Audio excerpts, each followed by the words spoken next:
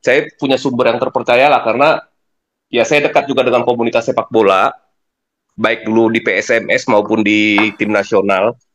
Jadi dia itu masih ada waktunya kalau nggak salah 1 tahun atau 2 tahun lagi si si STY ini.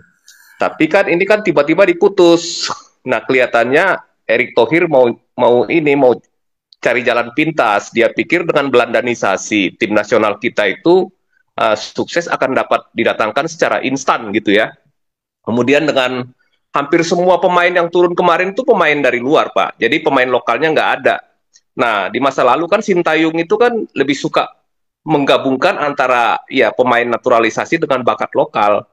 Nah, sepertinya polanya si Erick Thohir ini dia membangun semacam super klub gitu, Pak. Seperti memanage sebuah klub gitu ya, dia bangun super klub. Nah, dia harapkan nanti super klub yang dia bangun ini bisa membawa negara Indonesia itu lolos ke Piala Dunia. Targetnya sebenarnya cuma sampai di situ. Kemarin itu Patrick Kluivert menurunkan sepak bola itu dengan pola 4-3-3, total footballnya Belanda. Ya mampus lah, nggak bisa gitu. Pertama dari sisi teknik nggak memadai. Yang kedua, stamina juga nggak terlalu bagus gitu. Sementara Australia pakai 3-5-2. Ya jelas kebobolan banyak. Kenapa? Kita mau fokus menyerang, tetapi pertahanannya hancur kemarin itu kemarin.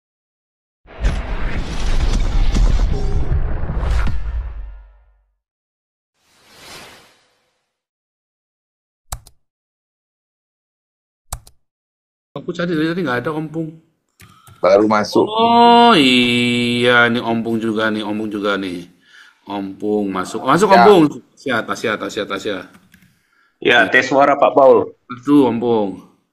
Merdu. Nah, jadi kemarin kita udah nonton sama-sama ya.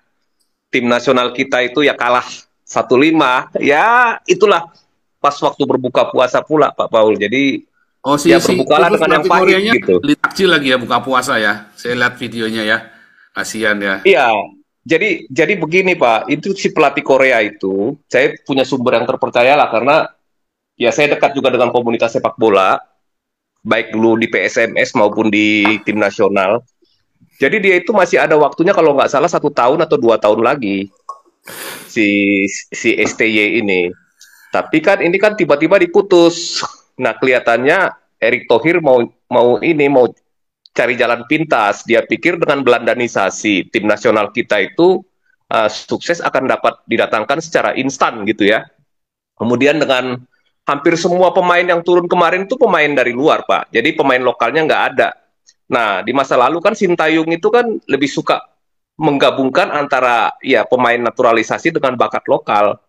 Nah, sepertinya polanya si Erick Thohir ini dia membangun semacam super klub gitu, Pak.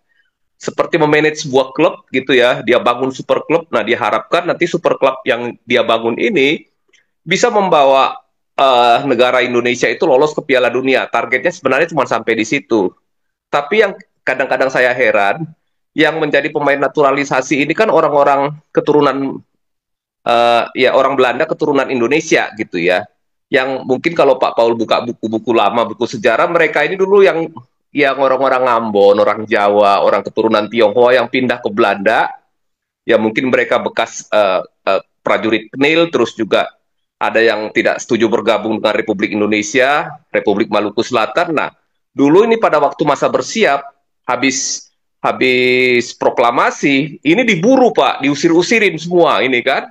Dulu yang diusir kan orang-orang Indo, orang Belanda. Terus kemudian tahun tahun 1950 itu ada PP 10 orang Cina yang diusir kan, orang Tionghoa kan gitu kan. Nah, sekarang mereka-mereka ini dipanggil kembali keturunan-keturunannya untuk main bola buat Indonesia. Itu ya satu ya. Jadi sebenarnya sebuah ironi. Tapi meskipun demikian, kalau kita lihat apa yang dilakukan kemarin itu, ya artinya ya bukannya semakin membaik, semakin turun gitu. Sementara masyarakat itu sudah bisa melihat prestasinya Sintayong. Sintayong memang bukan bukan orang yang melihat hanya hasil pertandingan yang dibutuhkan. Dia membangun kultur sepak bola kita.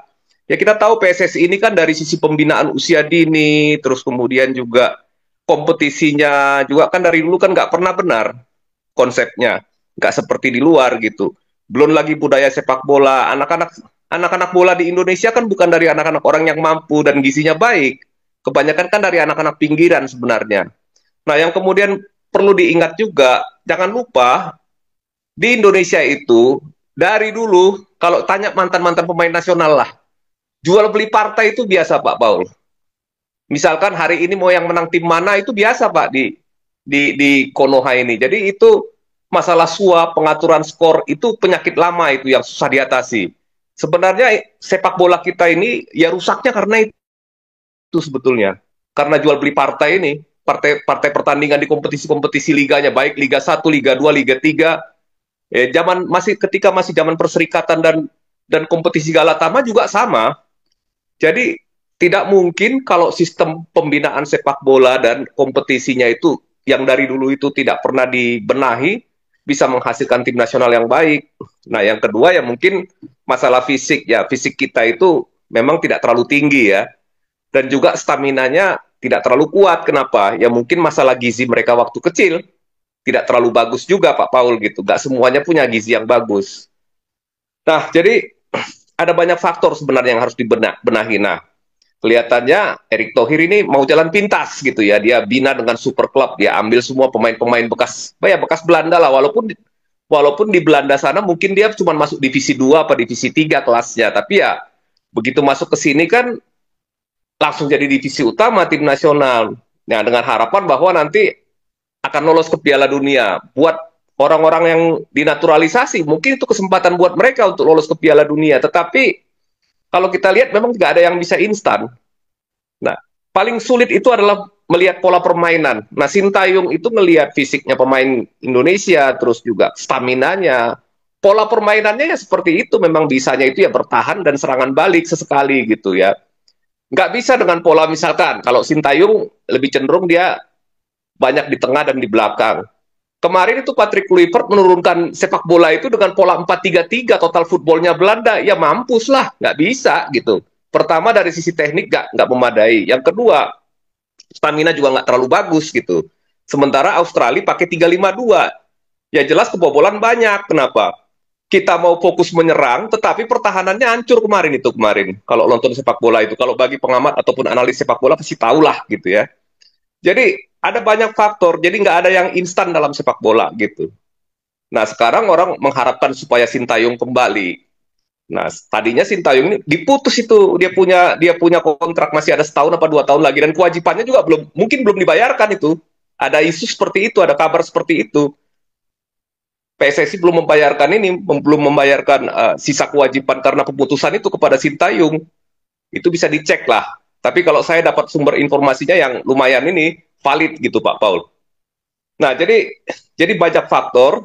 Nah, kalau kita lihat, kalau dulu pemain nasional kita itu multi etnis. Kalau lihat Olimpiade tahun 56, ada Tan Liong Ho, Kwe Kiat Sek, ya, Mulyadi, ada juga Ramang, campur-campur waktu itu. Tetapi ya bisa lolos sampai Olimpiade kalah sama Uni Soviet 04, terus tanding lagi besok pertama seri 0-0, terus kemudian besok ditanding lagi kalah 0-4. Kita cuma dapat posisi kelima, tapi lumayan prestasinya pada waktu itu. Nah, sekarang ini ya kita mau coba-coba lah. Inilah kesempatan yang paling baik untuk lolos ke Piala Dunia. Tetapi apa yang terjadi?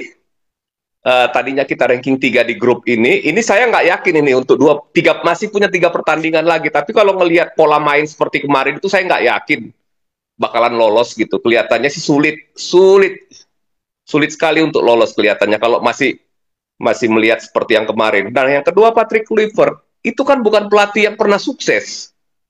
Bahkan di Belanda juga dia punya catatan kriminal beberapa tahun yang lalu. Catatan kriminal mungkin masalah pajak atau masalah judi atau apa gitu. Terus kemudian sekarang disuruh melatih Indonesia. Ya beda dengan Sintayong yang pernah memimpin tim nasional Korea mengalahkan Jerman di Piala Dunia tahun 2018. Reputasi belum tentu pemain sukses itu bisa jadi jadi pelatih yang bagus. Nah, kita udah lihat kan dia pakai apa ya?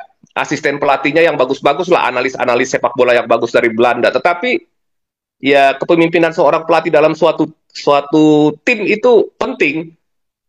Akhirnya apa coba kita lihat? Nggak bisa menghasilkan apa-apa buktinya si Patrick Kluivert kan. Oke, jadi kita lihat apa namanya ya? Cara-cara pintas kayak Ahmad Dhani bilang itu apa ya, aneh ya cara berpikir seperti itu. Artinya itu merendahkan martabat perempuan-perempuan Indonesia kalau dengan cara kayak begitu dia berpikir. Sepak bola dengan cara pintas begitu, itu bukan pemikiran out of the box yang brilian, tetapi yang goblok gitu ya. Oke, itu aja mungkin Pak Paul. Mungkin Pak Dokter yang lanjutkan ininya ya, memberikan kesempatan kepada teman-teman lain untuk berdiskusi. Silakan Pak Dokter. Siap, makasih.